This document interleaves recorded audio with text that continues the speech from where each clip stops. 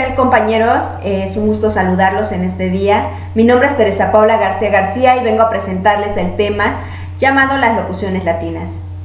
Pues bien, ahora vamos a ver, ¿qué son las locuciones latinas? Las locuciones latinas son expresiones en latín que se utilizan en el español con un significado cercano al original. Las locuciones latinas son giros o frases hechas que se conservan de latín y que se siguen usando en el registro oculto o en la lengua escrita. Algunas locuciones son como sentencias o proverbios que expresan un consejo o una experiencia vital. En el uso de las locuciones latinas se dan, además de una actitud mixta. Esto se debe a que en ocasiones son usadas por personas que no conocen bien la lengua latina y la cual es motivo de errores frecuentes. Algunos proverbios podemos encontrarlos y son provenientes del latín y no son comúnmente conocidos o comprendidos por el mismo extranjerismo, que es el que se está adhiriendo a lo que es nuestra lengua. Ahora bien, hablaremos de los extranjerismos y la importancia del latín. Las lenguas responden a la necesidad comunicativa del ser humano desde tiempos inmemorables y de forma intrínseca y evolucionan a la par de sus habitantes, como entes vivos, con historia y memoria y también en un contacto continuo con muchas otras lenguas en un mundo globalizado, que se enriquecen con aportaciones léxicas procedentes de otras lenguas y culturas. Los extranjerismos es una expresión de un idioma y que toma de otro, sea para llenar un vacío semántico o como alternativa a otras expresiones ya existentes. Pueden mantener su grafía y pronunciación original, en cuyo caso, en gramática tradicional, se le da el nombre de barbarismo o puede adaptarse a la lengua que lo acoge o lo adopta. Dentro de estos préstamos, digamos que de lengua que existe, podemos encontrar el cultismo, el galicismo, anglicismo, nahuatlismo, germanismo, helenismo, latinismo, italianismo, arabismo, catalanismo, gallenismo, valencianismo, vasquismo, entre otros. Y bueno, también vamos a tomar un tema importante, que es la ortografía de los extranjerismos. La mayor parte de las veces estos extranjerismos se adaptan a la morfología, la fonética y la ortografía del español.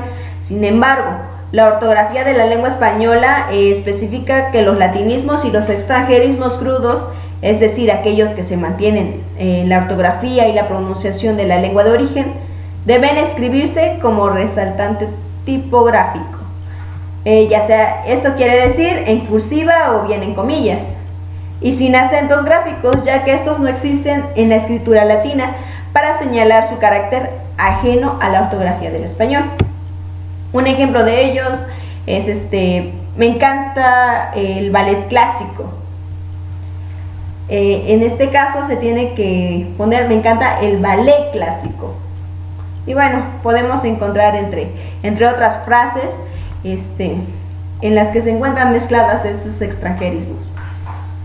Ahora bien, podemos encontrar otro subtítulo que se llama El latín en el derecho. Es verdad que en otros tiempos el latín fue mucho más importante que hoy para los abogados. En la medida en que el derecho aplicable era el corpus juris civilis, no cabe duda de que había que aprender latín para poder aprender derecho. Más tarde, en los estados nacionales que comenzaron a esbozarse en la Baja Edad Media y los poderes locales que se oponían en la idea del imperio, fueron abandonando los cuerpos jurídicos romanos y optando por leyes nacionales o regionales que se expresaban de la lengua del romance o germánica del lugar, ya sea el italiano, francés, castellano, flamenco, etc. En esta circunstancia, los juicios comenzaron a llevarse también en la lengua del lugar, abandonando el latín.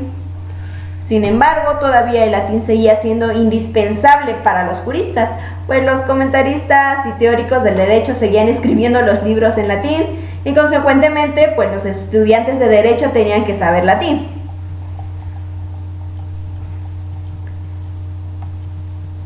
Otro de los aspectos es que el latín concentra la sabiduría jurídica.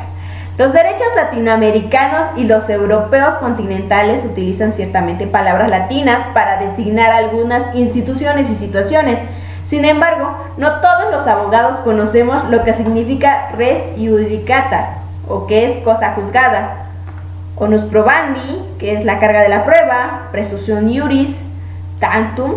Esto significa en la medida que se tenga derecho, es decir, que admite prueba en contrario, o presunción iuris et de iure, que significa de derecho y sobre derecho, esto es que no admite prueba en contrario y bueno, tantas otras que existen.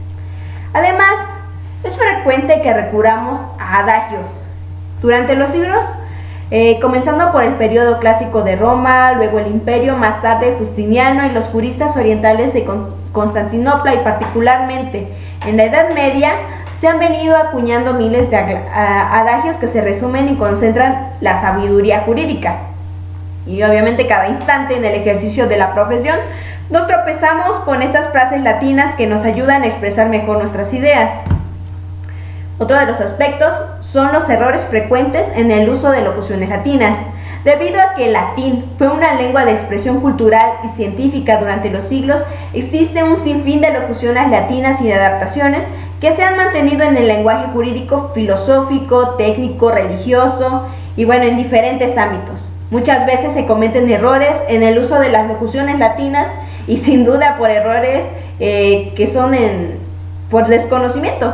Estos son algunos casos frecuentes que se recoge de la Fundió, que son entre otros,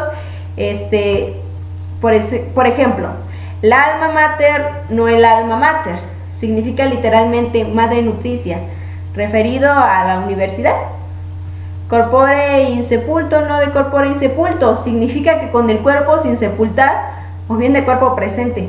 Y bueno, podemos encontrar muchas otras en las cuales pues existen algunos errores por lo mismo del desconocimiento por parte de las personas y también sobre el lenguaje que es el latín. Vamos a hablar también de la pronunciación latina. En este caso, la pronunciación del latín es un asunto debitado entre filosóficos, lingüistas e historiadores. También, aunque es un problema que afecta al dialecto popular y no al uso culto.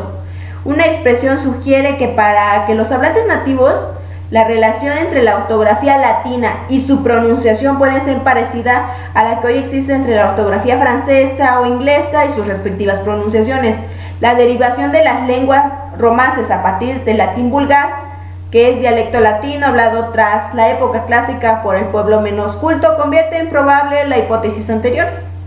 Sin embargo, también existen algunos detalles inciertos, que es el trabajo comparativo ha permitido la reconstrucción razonable de la pronunciación clásica de una gran medida. Sin embargo, junto con la pronunciación reconstituida, se consiguen usando pronunciaciones tradicionales que no causan pues ninguna afección a esto. También podemos hablar dentro de nuestro tema de algunos ejemplos que son de locuciones latinas que encontramos dentro del ámbito jurídico o en general dentro de nuestra sociedad. Por ejemplo, ab absurdo, que significa en sí desde el absurdo. Un ejemplo de aplicación de esta palabra es que la apelación al ridículo. Por ejemplo, la apelación al ridículo es una falacia en la que se presentan los argumentos del oponente de una manera tal que parezcan ridículos. No debe confundirse con lo reductivo de ad absurdum, que es un argumento válido. Otro ejemplo es la palabra a beneplácito, de alguien bien complacido. También a voluntad o a placer, esta frase, sus derivados, como del italiano beneplácito, son sinónimos del más común ad libitum y a gusto. Bueno, estos es pequeños ejemplos de muchísimos que podemos encontrar dentro de nuestra lengua y del día a día, y sobre todo en el aspecto jurídico, que es en el que nos encontramos más enfocados nosotros como abogados, como juristas, digámoslo así. También podemos encontrar unas siglas y acrónimos, por ejemplo, INRI,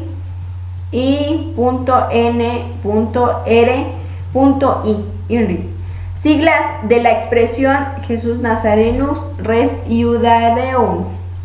Jesús Nazareno, Rey de los Judíos. Esta inscripción figuraba en la cruz de Jesucristo según el Nuevo Testamento. S.P.Q.R, acrónimo de la expresión Senatus Populusque Romanus, el Senado y el pueblo romano, bastante frecuente como divisa en problemas y estándares de la antigua Roma.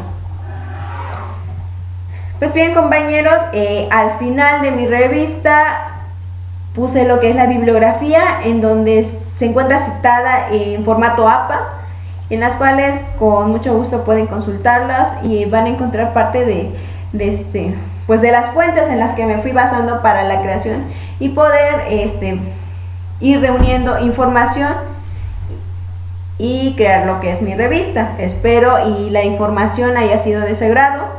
Más que nada, espero que haya sido clara la información y pues es un gusto haberles presentado este tema. Muchas gracias por su atención.